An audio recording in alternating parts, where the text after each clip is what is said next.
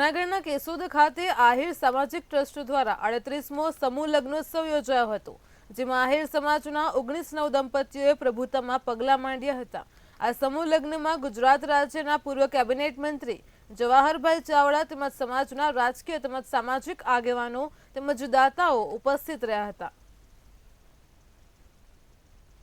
38 વર્ષથી આ લગ્ન है એ આ ટ્રસ્ટ યોજે છે અને એની અંદર સમગ્ર જ્ઞાતિજનો આગેવાનો કાર્યકરો અને ખાસ કરી અને દાતાઓ છે એમના તરફથી પુષ્કળ દાન મળે છે। ટ્રસ્ટ એનો યોગ્ય વહીવટ કરે છે।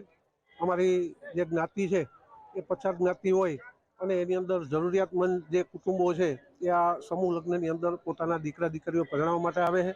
દાતાઓ હોંશે હોંશે ખૂબ મોટો કરિયાવર આપે છે। આહિર સમાજ દ્વારા અને આહિર સામાજિક ટ્રસ્ટ દ્વારા જે સમૂહ લગ્નનું આયોજન કરવામાં આવેલું હતું, સમૂહ લગ્નની અંદર 19 દંપતીએ પ્રભુતામાં પગલાં પાડ્યા।